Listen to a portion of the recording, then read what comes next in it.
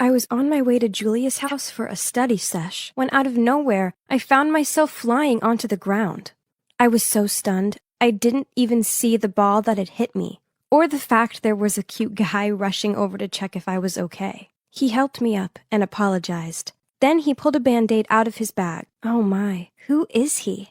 I'd scraped my hand pretty badly, but I almost didn't mind because now I was face to face with a gorgeous guy.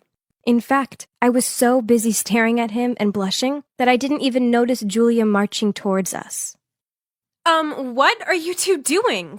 Turns out the cute guy was Callum, Julia's boyfriend. Ugh, Julia. Of course. Every nice thing is always hers. I'm Jenny, by the way, and that lucky girl is Julia. She's the daughter of the richest guy in town, Mr. Walsh. We're supposed to be friends, but we honestly have nothing in common. I mean, my family is pretty poor. It's not our fault, though. My dad sadly passed away, and so it's just me and my mom trying to make ends meet. Julia, on the other hand, has a silver spoon shoved down her throat. But fate still brought us together. I know it's kind of wrong, but that night I couldn't stop thinking about Callum.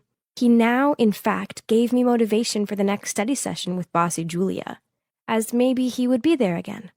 I even put on makeup and skipping on the way to her house the next day. But, well, it was all for nothing, because Callum was nowhere to be seen. Instead, I had to sit and listen to Julia go on and on about her trip to Paris. I pretended that I was okay, but actually, I always dreamed of visiting the city of light and gazing up at the Eiffel Tower ever since watching Emily in Paris. Dream on, Jenny. Anyway, Julia was incessant. She loved making me look like a fool, and even said, "Aw, poor Jenny. Maybe one day you'll get to go to Paris. But until then, you can just look at all my photos." Honestly, why was she so cruel to me? Last year around my birthday, she'd even shown me a fashion magazine and asked me which dress I liked best. I thought she was buying gifts for me, but instead, she showed up at my party in the exact dress I pointed out. I couldn't believe it. She just winked at me and laughed, and I seriously wanted to scream at her. Anyway, after looking at about 1 billion Paris pics, Mr. Walsh appeared. He looked happy to see us sitting so close and studying together. If only he knew the truth. But I had to pretend I had a lot of fun with Julia and helping her study, at least for his sake. Mr. Walsh was a good friend of our family, and ever since my dad passed away, he'd been looking out for me, and was even paying my school fees. I couldn't let him down. But you know what?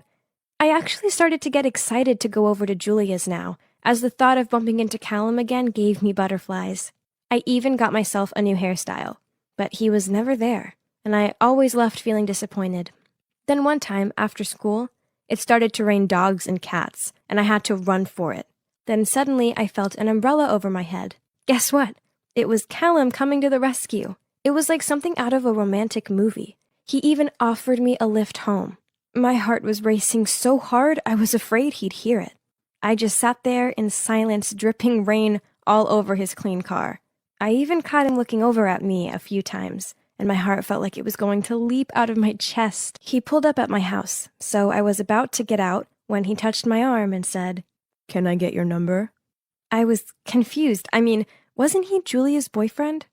He then explained that he was just hired to be her fake boyfriend so that all the flirty boys would get out of her way.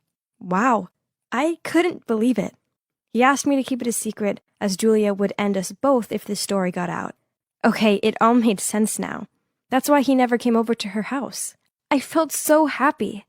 Over the next few days, Callum and I chatted a lot on the phone, and then eventually he asked me out on a date.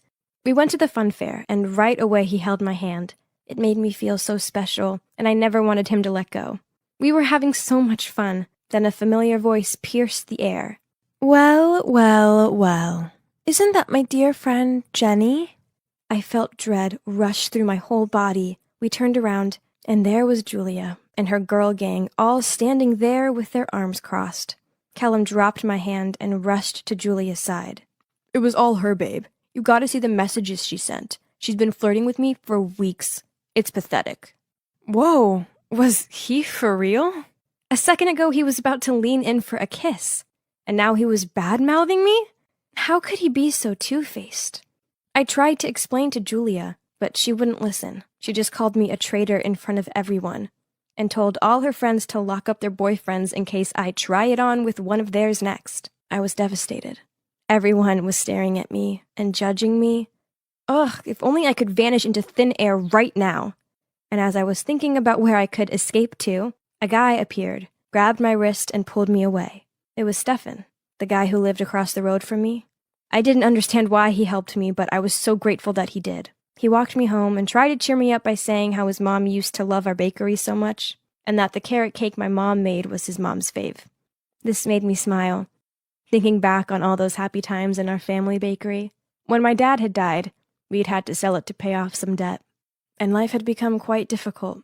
Luckily, Mr. Walsh was helping out, but after what just happened with Julia, I wasn't sure I'd be able to face him. The next day at school, everyone was staring at me. I couldn't even find a place to sit at lunch. What had I done? I'd ruined everything. And then it got worse. My phone beeped. It was Mr. Walsh. He said he was so disappointed in me and that I no longer needed to come and tutor his daughter. I wanted to cry, and at the same time I felt so much relief. But then I read on and he said, "I'm sorry, but I can't keep my promise anymore. I'll continue to subsidize your school fees, but you'll have to figure something out for college. Good luck." My heart plummeted.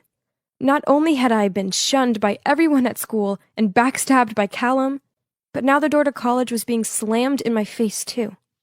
What would I do? My life was over. I felt so sick. I just walked out of the canteen and went home. I didn't dare go to school over the next few days. I was miserable. And just when I'd given up all hope, there was a knock at my door.